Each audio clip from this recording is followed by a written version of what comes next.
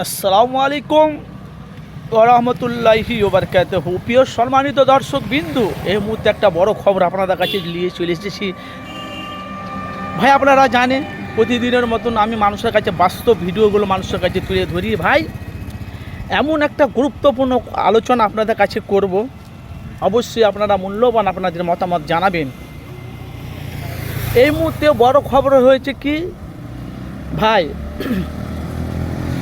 বাংলার যা পরিস্থিতি এখন চলছে, বাংলাদেশে কি ঘটছে সেটা আর আপনাদের কাছে নিয়ে বলবো না। সেটা আপনারা জানেন যে বাংলাদেশে কি পরিস্থিতি হচ্ছে। বাধ্য হয়ে বাংলাদেশ থেকে পালিয়ে গেল শেখ হাসিনা। তারপরে ভাই এখন আমাদের পশ্চিম বাংলার কথা বলছি আমি। এই যে তৃণমূল পার্টিটা যে বাংলাতে এসেছে 13 বছর, এই তৃণমূল পার্টিটা যদি বাংলায় যদি না থাকতো, আমার মনে বিজেপি বাংলায় এমনি ঢুকে যেত। এই বাংলাদেশে যে জিনিসটা ঘটেছে, আজকে আমাদের পশ্চিম বাংলাদেশে জিনিসটা ঘটে যেত। অবশ্যই বলছি আমি ভাই, কেন আপনারা জানেন যে আমি গুনাহগার মোহাম্মদ আনারুল হোসেন, আমি মানুষের কাছে বাস্তবগুলো তুলে ধরি ভাইজান। যেহেতু বিজেপিকে রুখার মতন একমাত্র কেউ যদি নেতাদের মধ্যে মানে রাজনীতিদের মধ্যে কোনো যদি দল থাকে, সেই দলটা হলো তৃণমূল দল।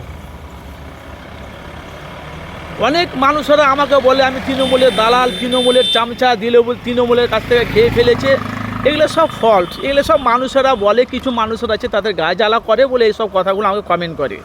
কিন্তু আপনারা বলেন তৃণমূল যদি বাংলায় যদি না থাকতো, বিজেপি ঢুকে যেত। আর বিজেপি যদি বাংলায় ঢুকে যেত, আমি যতটা জানি পশ্চিম বাংলাতে আমার মনে মুসলমান কোনো ধর্ম থাকতো না, মনে মসজিদ মাদ্রাসা, মাথায় টুপি দাড়ি কিছু থাকতো না। কেন ভাই আপনারা ভয় পাচ্ছেন নাকি আমার কথা শুনে?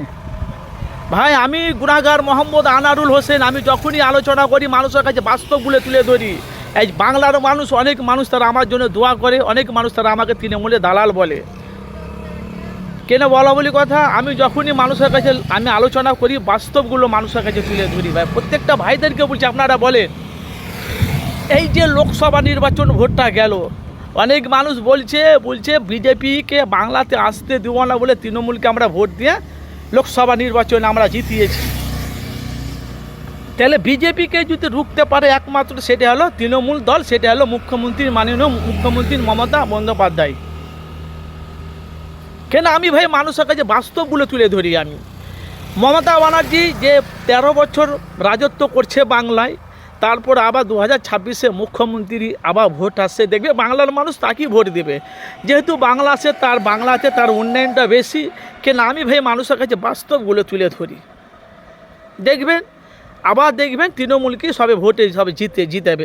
তৃণমূল পার্টি যাই করুক না করুক, সেটা নিয়ে কিছু আলোচনা করছি না আমি। কিন্তু তৃণমূল পার্টি দেখুন বাংলায় কী করছে না করছে। জনগণ সাধারণ মানুষ দেখেন, জনগণ সাধারণ মানুষ সবাই দেখছে তৃণমূল পার্টি বহুত কিছু কাজ করছে বাংলাতে।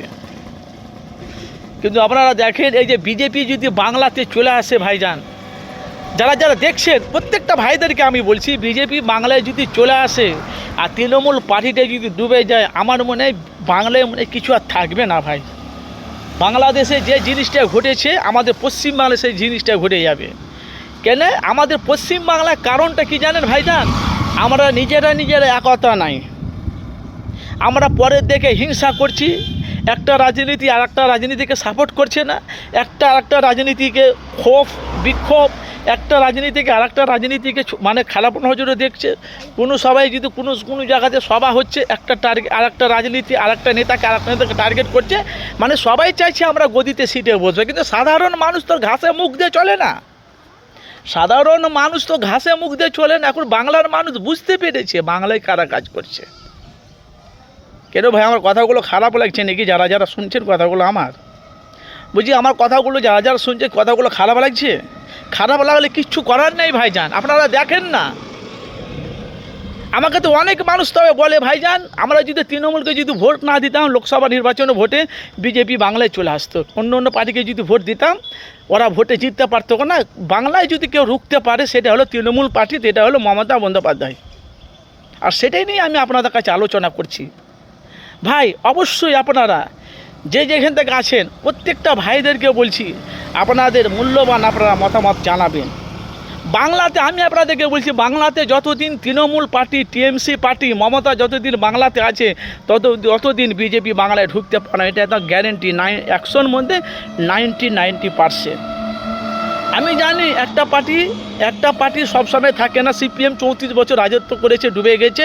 আমি জানি তৃণমূল পার্টি ডুবে যাবে, কিন্তু এখন ডুববে না। এখন কেউ বুঝে 30 বছর, কেউ বুঝে 25 বছর এখন রাজত্ব করে। যতদিন তৃণমূল পার্টি আছে ততদিন এই বাংলাতে বিজেপি ঢোকার কোনো সম্ভাবনা নেই। এখানে তৃণমূল পার্টি এখন বাংলায় মানুষের ঘরে ঘরে মানুষের কাছে পৌঁছে গেছে।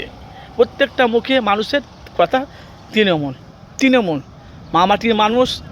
আর বলা বলি কথা ভাইছে, আর একটা কথা বলি, তৃণমূলের কর্মীরা, তৃণমূলের পার্টিরা বলছে আমরা উন্নয়নকে বিশ্বাস করি।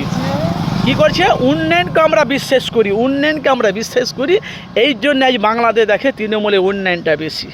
সামনে মুখ্যমন্ত্রীর ভোট আসছে, তারপরে বিধানসভা ভোট আসছে, কিন্তু দেখে আনাচে পশ্চিমবাংলার আনাচে প্রায় মানুষ বলছে না দিদিকে ছাড়া আমরা কাউকে চিনি না। কেন বাংলায় দিদি ছাড়া বাংলায় কোনো গতি নেই। অবশ্যই আপনারা মূল্যবান, আপনারা কমেন্ট বক্সে মতামত জানাবেন যে যেখান থেকে আছে।